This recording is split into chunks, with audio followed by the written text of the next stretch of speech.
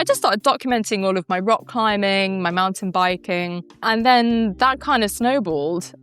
And I started getting asked to do articles for like adventure magazines, and then really quite quickly started getting hired by outdoor clothing companies and stuff like that to go and do photo shoots. Hello and welcome to the SheClicks Women in Photography podcast. I'm Angela Nicholson and I'm the founder of SheClicks, which is a community for female photographers. In these podcasts, I speak to women in the photographic industry to hear about their experiences, what drives them, and how they got to where they are now. This episode is with Grace Taylorson Smith Pritchard, better known as Grace T.S.P, an award-winning adventure photographer and filmmaker celebrated for capturing human stories in remote and extreme environments. Hi Grace, thank you so much for joining me on the SheClicks Women in Photography podcast today. Thank you so much for having me. I'm really excited. You're very welcome. That's good. Okay. So what was it that first drew you to photography and filmmaking? So my journey into this industry is not a normal one at all. It's had many twists and turns and it's gone all over the place. When I was a kid, I really wanted to go to film school. It's all I wanted. I'd bring home I'd order the prospectuses for like the New York Film Academy and be there like, Mum, I want to go to New York and study film. But unfortunately, well, it's not unfortunately, I was very academic in school, and my parents just wanting the best for me were there like, I think you should go to university and do something academic. So I ended up doing a law degree. Okay. And by year 3, I was just there like, this isn't for me. So I decided, I still did the degree, but after I finished that, I decided to go and take some time out, and I really enjoyed scuba diving. So at 21, I just packed a bag and I moved to Thailand and started working as like a scuba guide, but it pays like no money. Because it was my first time really going traveling and exploring, I took a camera with me and I started just documenting all of my travels. And I was putting it on social media and it was kind of like when influencing just became a thing, but I started documenting all of my travels and sort of putting myself in front of the camera. And I started working in tourist boards and hotels and tour companies, and that kind of kicked off. But I quickly realized that I wasn't really doing it in an authentic way. Like, it's amazing how viable it is as a career now, but I was really forcing it at the time. And I realized I actually just wanted to be behind the camera and not in front of it. So I kept doing that, traveling around,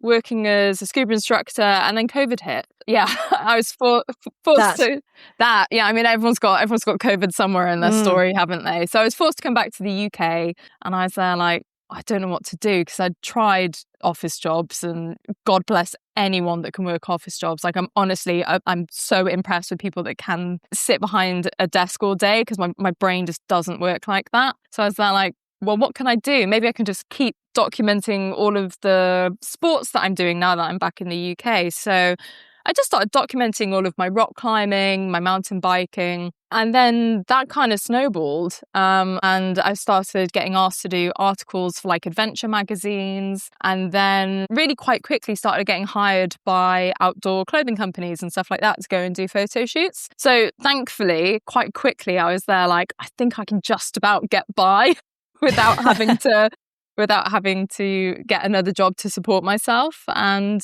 that sort of just kept snowballing to where I am today. Oh, fantastic. Now, I think I've done over 70 of these podcasts, and I think you can count on one hand the number of people who've gone through what you might consider a remotely conventional route to a photography or filmmaking career. Everyone sort of says, oh, well, it was really random and I twisted this way and that. And it's almost like people kind of have to do something to discover photography and realise, or filmmaking, that that's actually what they want to do. Yeah, absolutely. And that really contributes to sort of finding your style, to honing your eye, is all the stuff you do outside of the photography practice.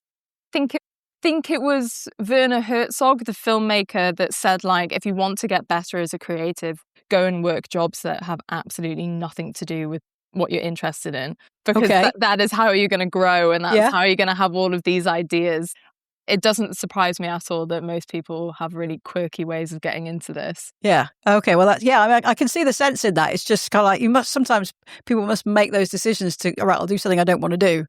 and be fighting it and just desperate to get to do the thing they really want to do. Yeah. Yeah. I think there's a lot to be said as well for not ignoring that part of you, that teenage part of me really wanted to be doing this. And I ignored that calling for so long, and it will find a way of like just clawing its way back into your life. I mean, they're like your little like creative being inside of you is like, don't ignore me. But you did really well to do 3 years of a law degree and then actually finish your law degree, without sort of you didn't drop out. You got through it somehow. That's pretty good going. It actually, I wish I could say that was it. But once I found the scuba diving and went abroad, I was just there like, oh, well, maybe this is what I'm supposed to be doing. So I actually went and did a master's degree in marine biology and then went on to start a PhD in marine biology as well. Right. And It wasn't until a couple of months into the PhD that the photography was really kicking off. And I was there like, oh, I actually don't have time to do both anymore. So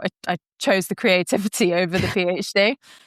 But you're not kidding when you said that you were quite academic at school. You really were properly academic, but you love the creativity side more. Yeah, but I feel like all those experiences I've had through academia, and especially all the marine biology stuff, traveling the world, that really has all fed into it. And that's what's sort of, I guess, helped carve this niche for me in being a adventurous storyteller, telling all adventures through my work.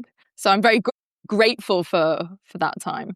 Now, I was looking at some of your work and it's very impactful. When you're clearly absolutely immersed in these extreme environments. But what struck me as being particularly challenging with your commercial work is that you're often trying to highlight a product. So, for example, there's a watch campaign that you did. Yes. And they're in the mountains and climbing, and it's obviously quite extreme conditions. It's howling and, there's lots of snow flying around. And you're showing that activity and that environment, but you've got to have the watch in the shot as well. Yeah. Yeah, so that was a really tricky shoot, actually. So that was for Casio, the watch brand, but they were collaborating with a really hardcore outdoor clothing company. So it was a really fun campaign because you've kind of got like the high-end luxury, but mixing that with the really rugged sort of outdoor element to it. And I think with stuff like that, I say this a lot whenever I sort of try and do talks and talk about working in these kind of environments, like the skill really has to come first. If I hadn't been ice climbing and rock climbing for years, I do feel like a shoot like that is A, going to be pretty impossible, but B, like it's just not going to be safe. And, even after years of doing this, like when the climbers were doing the ice climbing up this frozen waterfall, and I'm trying to position myself so I can see the watch as well as like getting everything in, like it's bloody hard. And I still struggle with that. Quite a lot of the times. Shooting in those elements really there's just so many layers to it. And I'm constantly learning. Still, they'd say that about any discipline, whether you're in the mountains or not, but I'm constantly having to like hone my craft. And like even being up there on Ben Nevis for this shoot, I was on the ropes and I was like, hi, I don't feel as comfortable as I usually do because I hadn't done a shoot like that for a while. And it's just a reminder that when you're working in these environments, the photography is one side of it, but then also just those rock climbing skills, and especially on the ice, I was like, I probably neglected that a bit. And so it was a nice reminder, like, oh, I should probably go and do some more of that so I feel just more comfortable for the next time. Yeah, keep those skills fresh as well as your photography. But what I really felt, particularly with that campaign, is I felt immersed in it. It was very apparent that you weren't, the other side of the crevasse or something, shooting with the long lens. You were right there. Yeah, absolutely. So we had a rigger for the shoot, which was a bit of a luxury because most of the time, I'll have to go and do all of the ropes myself to then go up. But we had someone to go and set this line up right on that waterfall where they were climbing. So then I had to climb up the back of the waterfall and then drop in, like rappel down the waterfall onto it. And I feel like, I'd like to think that kind of skill set and like you say, that immersion is why I get hired to go and do these kind of shoots, because I do want the photography to reflect being in the sport, like doing the adventure, not just observing it. Yeah. Now, we all know when you work for yourself, there are a million jobs that you've got to do. You're the office cleaner, you do the editing, you do this, that, and the other. But what does your ideal day look like? When you look at the calendar and you see, oh, yes, I'm doing that today. What is that thing that you love doing most? I mean, that's the beautiful thing about this. Like, it's so varied. One day I could be doing that commercial campaign, and I'm ice climbing. And I found out last week that in the end of summer, I'm hopefully going to be going to Mexico, and I'm doing an underwater campaign for a scuba diving brand. And that was really exciting to hear, because I very rarely get to use those underwater skills anymore. And an underwater campaign comes in. That's just like made my year. Like, I penciled it out on my calendar. Like, that's a real highlight, just because it is a bit of a novelty now. Something that I used to do, diving like 5 times a day, is now like if I get one in a year, that's just wonderful. Yeah. Okay, so more of that then. Yeah, just variety. Just I don't think I really have a perfect day, because I enjoy so many different things. Yeah, just something I had a bit of novelty, and it's something that I've never done before. Like, a couple of years ago, I got to go and do a wildlife shoot in Sumatra. And I'm not a wildlife photographer at all, but they wanted someone, it was a travel company, and they wanted someone that could document and photograph the people just as much as they could the orangutans. And that's why I got picked for it. But that pushed me so far out of my comfort zone. And I was like, oh, can I even shoot this? But it ended up being just this wonderful steep learning curve for me. Yeah. So just variety. That's really interesting, because when I was thinking about things I wanted to talk to you about, at no point was I expecting you to mention comfort zone, because you look like a person who doesn't really have a comfort zone. You're just out there the whole time.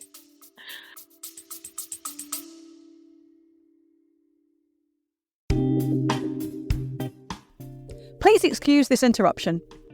This podcast is supported by Sony, maker of class-leading camera equipment and cutting-edge technologies like the global shutter in the Alpha 9 III, which won the SheClicks 2024 Award for Innovation. Okay, let's get back to the show.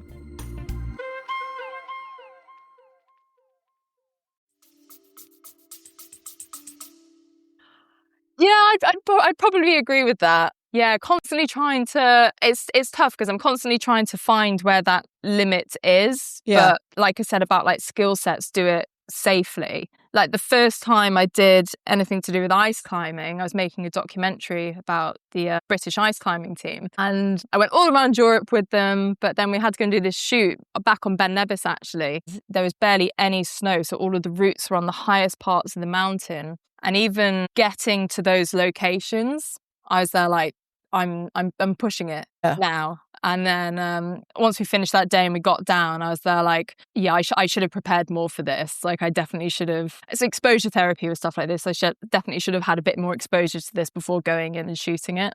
Yeah. Because, bear in mind, you're doing the climbing that they're doing, but you're also taking your camera gear with you as well. Well, most of the time, I'm technically not actually doing the climbing that they're doing. So because we fix these static lines, I get to be really lazy, and basically I've got this climbing gear on me that allows me to basically fake my way up the climb. Okay. So it's called, like, you have an ascender, and you use it to basically hoist yourself up the climb. Oh, got you. Okay. So I have done shoots in the past that when the climbing has been within my capacity and my level, I will just go and do it. But when it comes to ice climbing, like, I do not have the skill. I do not have the fitness. Those guys are so fit. So with that, I do just hoik my way up a line and I sit there. I mean, that's still pretty energetic, I should think. It's quite tiring. Yeah, it's definitely quite tiring. Now, commercial work is one thing, because often, people will come to you with an idea of what they want to do. But what about your personal work? How do you find the stories for those? I think it's such a cliched thing to say, but, that old expression of it's not what you know, it's who you know. Mm-hmm. I think when you work in the adventure sphere, that your contacts are kind of everything. And because you find one person that's incredibly inspiring at what they do, they're going to know someone else who's incredibly inspiring in another field. And you just kind of hop from one contact to another.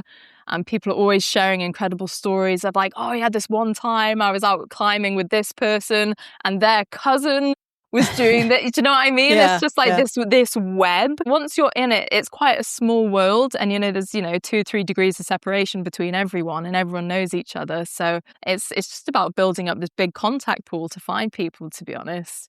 That a good example is one of the first documentaries I made was actually about a friend of mine that I reconnected with after about 10 years. she went up to Scotland and she was doing the Cape Wrath Trail, which is this amazing hiking route from it's around Fort William all the way up to the north coast in Scotland. Takes about 3 weeks, but she decided to go and do it with a pack pony. So how they would have done it on the old drove roads back in the day. Yeah. So I went and made this documentary about her, and it was great fun. We just spent 3 weeks just traveling up through the Highlands together.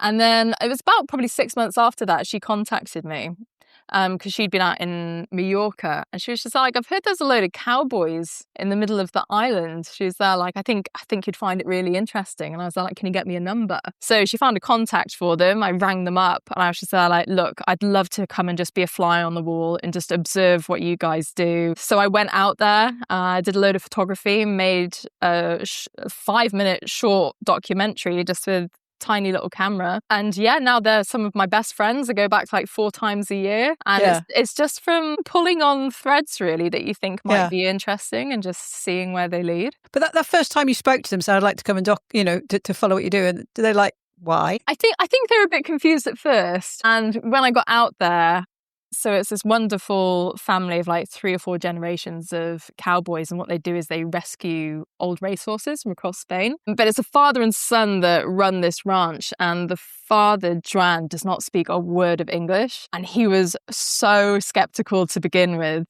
I'd be photographing him and he'd just be like staring down the lens at me. But then you find things to connect over. Like Joanne loved country music, so despite not being able to communicate with him in English, like we really started to bond over music. And then by the end of the week, we're really close, and we're going out and with the horses and having cheese and wine in the fields together. Yeah, it's just about breaking down those barriers can be quite tricky sometimes, but there's always common ground with anyone that you're documenting, and it's just about finding what that is. Yeah, that sounds like a real fun time. Yeah, it was.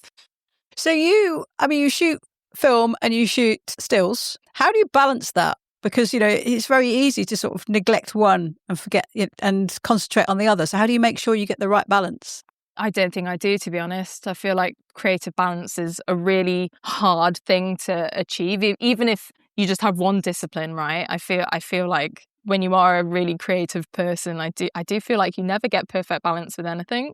But I don't see that as a bad thing. Yes, when I first started after COVID, like I was saying, that was purely photography. And then I made my first documentary in 2022. That was the one following that girl in Scotland. And then since then, the tables have really turned, and it's probably I do more film work now than I do photography. With most of the projects that I do with film, I try and just direct them, and I have a director of photography that I work with quite regularly. That means that because on a lot of these projects, maybe I'm directing them, but there's usually a photography component as well. So I sort of direct and do stills, and then work with a director of photography to capture all of the film. But yeah, it can be tough. Like I just had an interview recently for a documentary project that I'd be sort of like self-shooting. I'd be a self-shooting director, as well as doing drone, as well as doing like B-cam, as well as, they wanted unit stills as well. Yeah. You do have to wear so many hats, and it's tough sometimes, but sometimes you just have to do it. And I think it's about remembering that you're human and sort of letting yourself look sometimes, and maybe you miss a shot and stuff like that. Yeah, I think it's just doing as much as you can, but remembering that there's only so much you can do. True. But there's one thing with your personal projects, because you say, oh, well, actually, I will let this lead.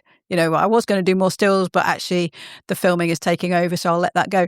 But if you're doing a commercial project and they want you to self-shoot everything, then you can't just sort of say, oh, yeah, sorry, there's only a few stills, but I got loads of video. You've got to get the right balance, haven't you? On those commercial projects, it is very rare that I'm doing everything. Very, very rare. I can't actually think of the last commercial project I had to do all of that in. I'd say the only time commercially that I'm fully responsible for all the stills and all the film work is when I do underwater work. Yeah, but apart from that, most of the times, I'm not working on huge commercial campaigns that, have 10 plus crews, but most of the time it will be me and at least a camera assistant or a DP with me. Okay. Yeah. Okay. It's only really on those personal projects that I'll do both. Yeah. Okay. You work in pretty extreme environments a lot of the time. How do you prepare both practically and mentally for those situations? You've mentioned that, that it's changing all the time and you sort of have to remind yourself sometimes, oh, I need to refresh my skills. I think fitness is a big thing. A good example of that is I recently finished a documentary that's doing the film festival circuit right now. It's called The Bride of Mont Blanc. And that was following this incredible woman called Elise Wortley, who recreated the first female ascent of Mont Blanc, but did it in period accurate clothing from 1830. Yeah. And it actually took 2 attempts to go and do Mont Blanc. So the first time 2 years ago, we got about halfway up and there was this huge storm came in and we got forced to come back down. And not that I'm grateful we couldn't summit that time, but it did make me realize I'm not fit enough for this. So the second year when I knew that we were going to go and try again, I was just in the gym on a Stairmaster with, a backpack on. And I was like, I'm not going to have that happen again. It's funny, I felt better the second year, but it was still really, really bloody tough. And the second year actually had the producer summit with us. And I remember it took us 3 days to summit. And on the second day, it was on the final day, I said to Amy, I was like, Amy, I think you're going to have to carry most of my gear. Or it felt so dramatic, I'm not going to make it. But honestly, I was really struggling. And yeah. What makes it even harder is that I'm really asthmatic, but I go and do all of these things in the mountains. So that's quite tough to manage as well. And on that particular day, I was just really struggling. And honestly, I think if I didn't have Amy there to take most of the camera gear to the summit, I don't think I would have made it. I was really struggling. Yeah. So fitness is probably the main thing in terms of physically preparing. In terms of camera gear, it's just keeping it as small as possible. I recently did a talk at the photography show at the NEC in Birmingham, and everyone was asking me talk me through all of your lenses. And it's there despite shooting commercially for the past 3 or 4 years, I shoot on one camera with one lens, and that's because when you're out in nature, that's kind of all you need. So preparing for shoots is there what can I get rid of? So it's there what do I need, and then what can I get rid of? Yeah. So what is your camera and lens of choice then? So I'm currently shooting on a Fujifilm GFX 100S. Very nice. I'm just obsessed with Fujifilm. I used to shoot on Sony a lot because it's kind of the camera of choice for people working in the outdoors, and I totally see why. It's so quick, so versatile. But I think whatever you're shooting on, I think quite a lot of people experience this. But I just got to this point where I'm really bored by looking at my own photography, and I think because everyone else in the industry is using the same camera as well, I think I was sort of emulating all the stuff that I was really attracted to and that I found really inspirational. But I was just there I'm not finding my own work very enriching. I want to change things up. So I just sold all of my camera equipment and then I'm just going to try something entirely new. So I initially had the Fujifilm GFX 50R, so obviously these medium format cameras, and it was such a different shooting experience. I really struggled to begin with because they're really slow, right? Because of obviously the sensor size that you're dealing with. And I bought the camera and I went straight into a shoot in the Swiss Alps, and I was photographing an amazing woman that races huskies and husky sleds. And honestly, my photographs were so bad, most of them, because it was so slow. I just assumed I'd just go straight into it without really testing the camera that much. And I was really struggling to focus. I was just missing everything because we're talking, I think it was about 4 to 6 frames per second. And I was there I've made an awful mistake, changing my camera setup. But then I really sort of dedicated the time to be there, no, this is what you wanted. This is where the growth happens. And then eventually I got used to it. Just completely binned off ever using automatic focus. So now I'd like to think I'm really sharp with my manual focusing, even with really quick action sports. And that just entirely changed. It sort of really rejuvenated my photography. And not that it's about kit, but I think switching that setup really helped me find my visual style. So I just shoot on that with a 35-70mm.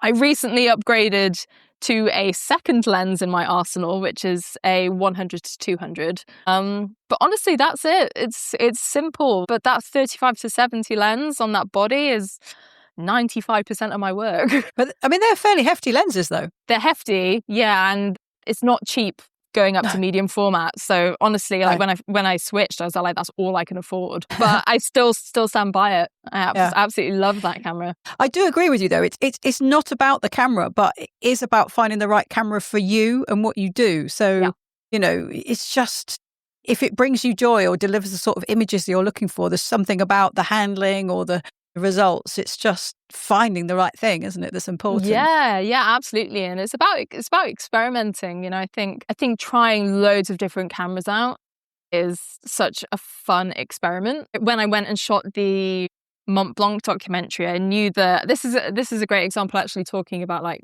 shooting stills and filming at the same time. Like, I knew that I wanted to take some stills, right? I'm climbing Mont Blanc and I've got this incredible woman in this dress from the 1800s, but I can't take a GFX 100S up there because it's massive and it's really heavy. So I actually went to Fujifilm and I was like, is there any chance I can try out your compact medium format, the 100 RF? And they sent one out to me, and oh my God, that camera is just absolutely mind blowing. Like, to have a medium format camera like this big, just blew my mind. And that made me realize, having shot on the 100S for like 3 years, I was like, changing cameras up is so fresh and exciting. And it's making me feel like, even if it's not swapping out my whole arsenal again, that I'm sort of craving trying, new cameras again. Experimenting. Yeah. It's funny you should mention the GFX 100 RF, because actually at the photography show last week, it won SheClicks Premium Camera of the Year award. Did it? Yeah, because it's quite unusual. Like you say, it's a compact, so it's got a fixed lens, but actually it's so versatile, and it's so, I think it really supports creative photography. It encourages your creativity. Absolutely. It's kind of like a camera that you can do anything with. Like, I feel like it would make a great street photography camera because it's so inconspicuous. Definitely, yeah. Like I said, I took it up the mountains, and in terms of just its ruggedness, it was absolutely incredible. It really withstood the elements, but also, despite being a fixed lens, like, because you've got that medium format sensor, like, I could just zoom in for miles on that bad boy, and the quality was just still there. I think if you wanted to go for medium format, and I mean, yes, it's got a hefty price tag, but I do think it's worth it. And if you want something compact, I totally get the hype about it. Before I tried it, I wasn't too sure, but having tried it, I was just there like, I really want one now. It's amazing. Yeah.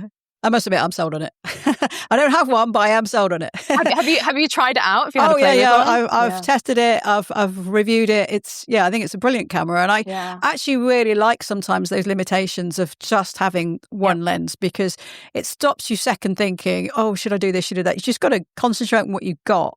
Exactly. And walk closer or walk further away, or maybe think, well, I'll just crop that slightly. But I love it. So when you're freezing cold, maybe dangling from a rope, soaking wet, you can't feel your fingers, you can't feel your toes, how do you keep your creativity flowing? Yeah, it's tricky. I did a shoot when would it be? In November time. That was another ice climbing one. And it was -15 up in Scotland.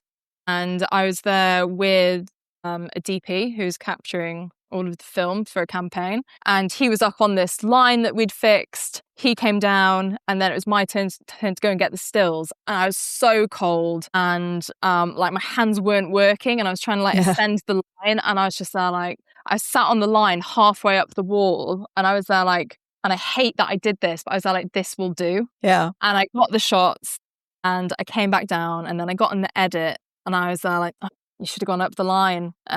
And I was really disappointed in myself in that moment for settling. Just because I was a bit cold. And it wasn't a dangerous cold, I'm going to get frostbite. I just didn't push enough. And that can be quite tricky when you're not working in really comfortable conditions. And there is, time limit. And it almost haunts me a bit. But I'm using that to fuel myself, like, for my next difficult job, be like, no, Grace, you don't want to get in that edit again, and not be happy that you didn't push a little bit further. Okay, so you've learned. I've learned, it's tricky, but moments like that are important because they're reminders, aren't they? Yes, definitely. I was up on a workshop in Glencoe last year when Storm Amy rolled in. Wow. And it'd been, just before it rolled in, it'd been raining most of the day, and that was okay. You know, we could cope with that. Yeah. But then the wind suddenly hit, and that combination of wind and rain, I feel like we could have dealt with one, but not both. Yeah. You know, when it's suddenly there's the wind's whistling around and you know, holding on to whatever you've got to stay waterproof, and the rain's just coming sideways. That just felt like it's really hard to concentrate on your photography then. You know, you've lined up a shot, but it's really hard to tell whether it's a good shot because there's so much else going on. One thing that I find that really helps in those situations is, even if it's just stills photography, is shot listing. Mm-hmm. Because especially the colds, like your cognitive functions do go and you get like forgetful.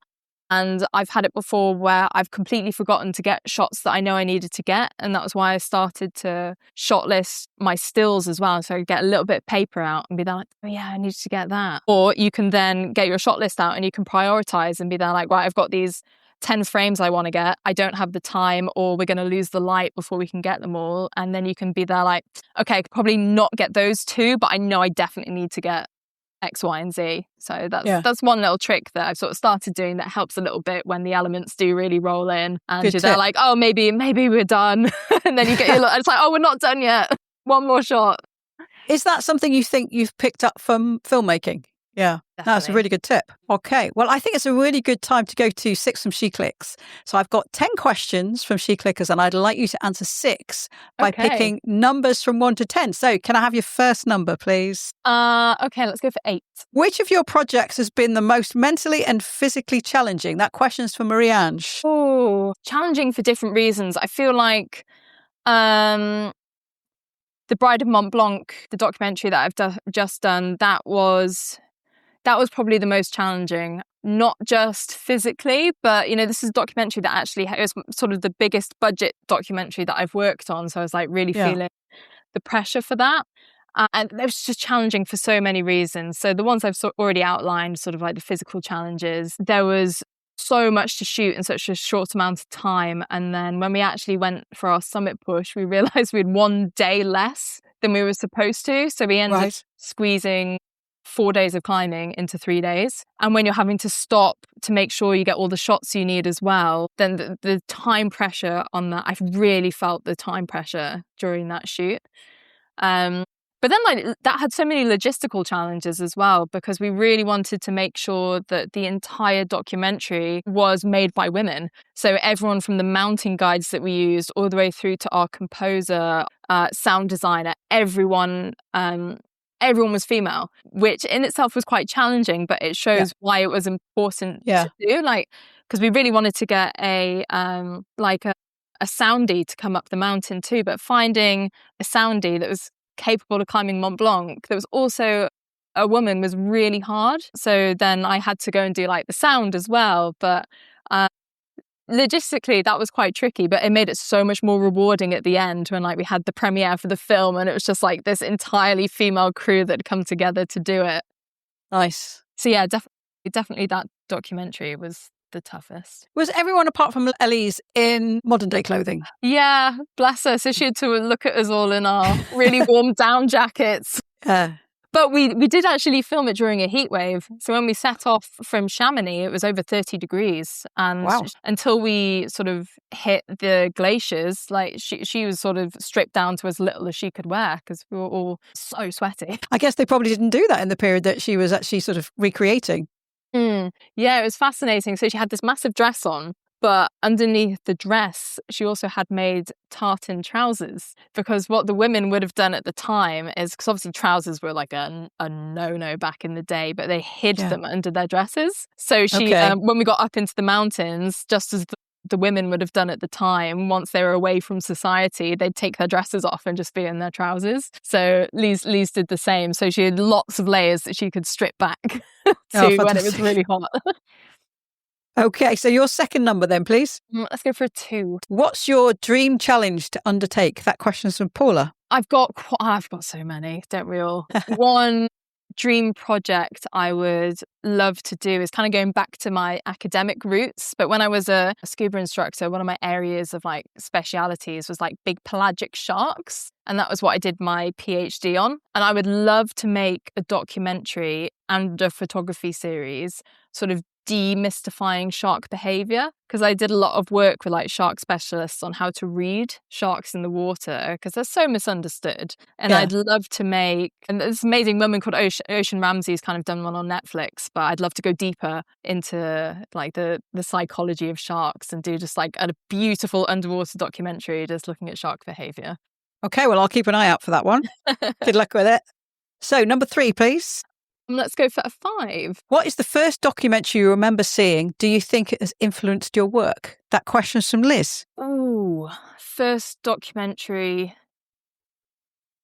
I remember seeing. One of the first documentaries that really stuck with me, I can't even remember the name of it now. It was a Werner Herzog documentary, actually, and he was looking at people that were being, it's not a happy documentary, people that were being sentenced to death and being put on death row.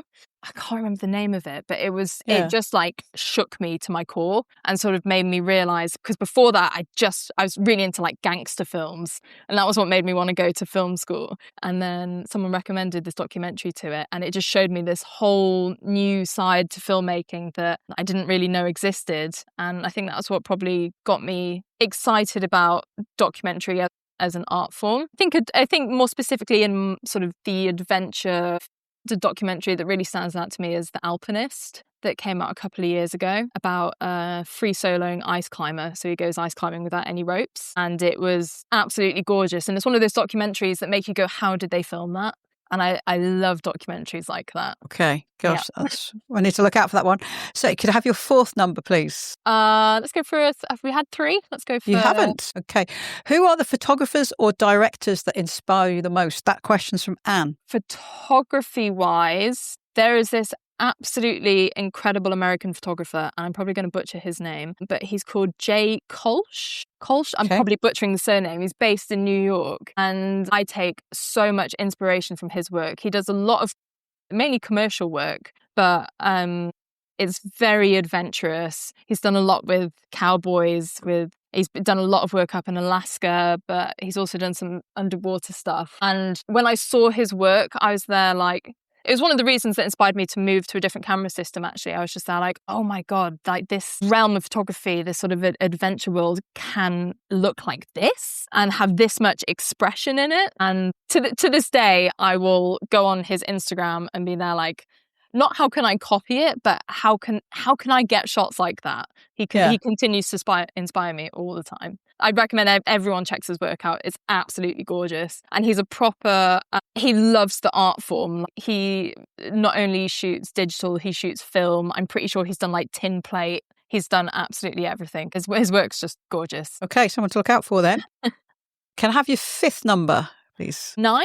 Let's go for... Okay, what do you prefer about stills photography over moving images and vice versa? That question's from Rebecca. When the scales started to shift when I was doing film work all the time, and it was really rare for me to get like a stills gig in, when I would get them, I'd just really relish the simplicity of it, especially when it comes to like post. If I go and do like a day's shoot and I've got a day editing, I'm there like, oh, it's so simple. I just sit down, I shortlist, and I just edit the stills, and then it's done. Yeah. It's done. That's it. But having said that, since moving over to medium format, like the file sizes are so big. They're so honestly not cringe, but the amount I've spent on SSD drives. Yeah. Just to cover these file sizes is absolutely crazy, and actually so much smaller than when I go and shoot a documentary. Oh, really? Wow. Depending on the project. Yeah.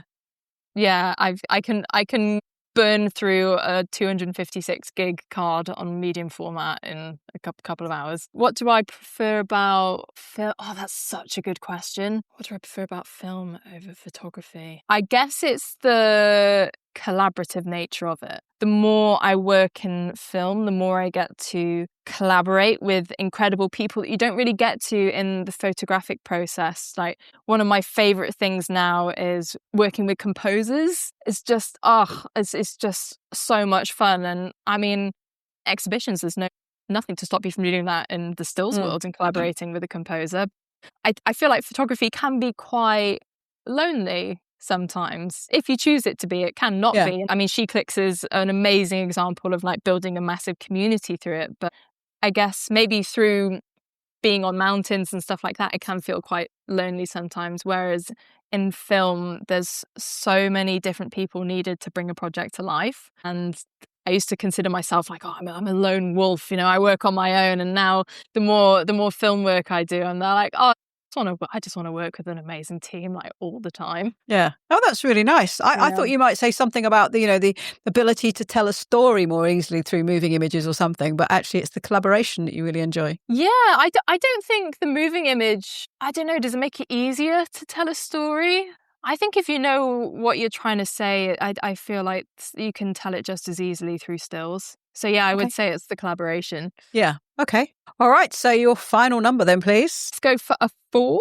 Number 4. Yes. What changes in photography and filmmaking have you seen since you started, and has any particular change had a big impact on you or your work? That question is another from Anne. In terms of like trends? Or? I think it could be trends or it could be kit. I mean, you've obviously made a big transition in terms of your kit, so maybe trends. Yeah, trends. I'll tell you something that was a massive game changer for me, that for years, I didn't really shoot with any kind of external lighting. Okay. And then a mentor of mine introduced me to off-camera flashes, and that was such a game changer for me. I'd occasionally shoot with like just a cold shoe mounted flash on, but then when I discovered off-camera flashes and light sources, that was such a game changer for me, especially when you're in the mountains. A lot of the time you're just like, I'll just use natural light. But then I remember it was one shoot, I was doing a climbing shoot at night, and we took loads of head torches, and I took my off-camera flash. And I was just there like, this has just made the shoot. And now really try to push the limits with lighting in these quite inaccessible places. So when I was on that ice climbing shoot recently for the watch company, the DP was there like, he had this idea for this shot he wanted outside with all this spin drift going on behind. So we actually took up a huge light. Bless him, it took him and another climber. It was about an hour and a half walk in, and they were taking it in 5-minute intervals to carry this light up because it was so heavy. Wow. Yeah, and we powered it by massive V-locks and took it out up into the snow. And we took these climbers out at God knows what time, and we got these incredible shots. And I was there like, without that effort of bringing those lights up, you're never going to get a shot like that. So yeah, I think, I mean, for me, it took so long to discover different ways of lighting things, and that was just a game changer for me. Yeah. I guess, finding the right lights that are going to survive in that sort of environment is a challenge as well. Or they've developed so you can get weatherproof systems now. Yeah, I mean, I've got to say, like most lights modern lights are pretty good now. I've been really enjoying playing with LED tubes. Mm-hmm. When I was making The Bride of Mont Blanc, the documentary, I really wanted this one abstract scene. So what we did is we took Elise to this, it's like a wellness chamber that's the equivalent of like a cold plunge, but it's dry. So it's just a cryotherapy room. So the idea was like we were trying to recreate the anxiety that Elise has struggled with, like sort of try and show what mentally that might have felt like. So we took it into this cryo chamber that was minus 150 degrees. Okay. And you do like 1 minute intervals, and it's amazing for your body. But I went in there with a load of LED tubes, and they lasted by the end of the shoot session. They gave up a bit and needed a bit of warming up. But most modern lights and those LED tubes now are fantastic. And your camera batteries are okay as well? Yeah, they were fine. Wow. They're absolutely fine. Yeah, I think the bit of kit that struggles the most in these environments are drones. Yes. Yeah, and that's not just like wind. I don't know what it is. Drone batteries they do not do well in the cold. I remember shooting in the Alps a couple of years ago in -35, and a fully charged drone battery lasted me about 3 or 4 minutes. Wow. Yeah. That's not good. Yeah, But they haven't caught up yet, the drone no, technology. I mean, they have improved a heck of a lot over the last few years. But yes, those sort of cold conditions, they are really going to struggle. But also, you can get icing on the propellers as well, can't you? And that would cause problems. Yeah, I mean, yeah, it's funny, isn't it? You know, like when you're out in these incredible landscapes, that's the thing you sort of want to use the most to sort of really show it off. But it's also the bit of kit that struggles the most. There's some irony there. Well, Grace, thank you so much for joining me on the podcast. It's been absolutely fantastic hearing from you. Yeah, thank you so much. I feel like I could talk all day about this stuff. You're very welcome. Bye-bye. Bye. Thanks for joining me on this episode of the SheClicks Women in Photography podcast. I hope you enjoyed it. Special thanks to everybody who sent in a question. You'll find links to Grace's website and social media channels in the show notes. I'll be back with another episode soon, so please subscribe to the show and tell all your friends and followers about it. In the meantime, enjoy your photography.